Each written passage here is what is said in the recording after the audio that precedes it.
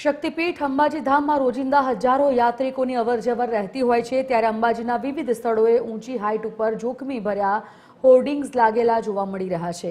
તેમાં પણ કેટલાક હોર્ડિંગ્સ ફાટેલા નજરે પડે છે, ત્યારે બહારથી આવનાર યાત્રિકો પણ ખોટી છાપ લઈ જાય છે। અને એટલું જ નહીં, હાઇટ ઉપર લાગેલા હોર્ડિંગોનો ભય સતત સ્થાનિક લોકોને લાગી રહ્યો છે।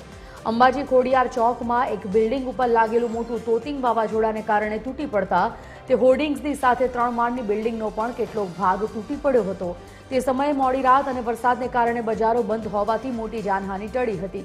હાલમાં અંબાજીના વિવિધ માર્ગો પર લાગેલા ઊંચા હોર્ડિંગ્સ વાવાઝોડા કે વરસાદ દરમિયાન તૂટી પડે તો મોટી નુકસાની થવાની પણ ભીતિ સેવાઈ રહી છે। આ ઊંચા હોર્ડિંગો ભારે વરસાદ કે ભારે વાવાઝોડું આવે તે પૂર્વે ઉતારી લેવામાં આવે છે, તે ઇચ્છનીય બાબત છે।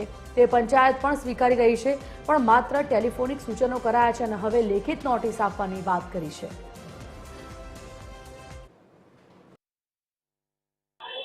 અમારે હોર્ડિંગ પરથી માંગણી છે। હમણાં શોર્ટ સમય પહેલા 4-5 દિવસ અગાઉ ખોડિયાર ચોક એક કિસ્સો બન્યો હતો કે વરસાદને કારણે કાચું બાંધકામ હતું, વર્ષો જૂનું બાંધકામ હતું અને હોર્ડિંગ હેઠું પડી ગયું।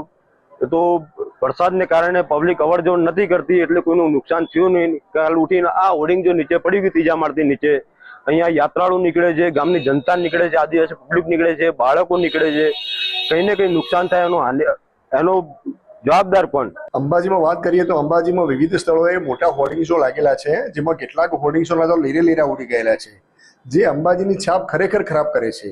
એટલું જ નહીં, હાલ તબક્કે વરસાદ અને વાવાઝોડાની પરિસ્થિતિ હોવાથી મોટી હોનારત થઈ શકે છે આ હોર્ડિંગ્સોના લીધે। જે બાબતને ધ્યાને લઈ જે કંપનીઓના હોર્ડિંગ્સ લાગેલા છે તેવાઓને અત્રેની અમારી ગ્રામ પંચાયત અંબાજી ઓફિસથી ટેલિફોનિક સૂચના આપી હોર્ડિંગ્સ ઉતારી લેવા તાકીદ કરાયેલા છે।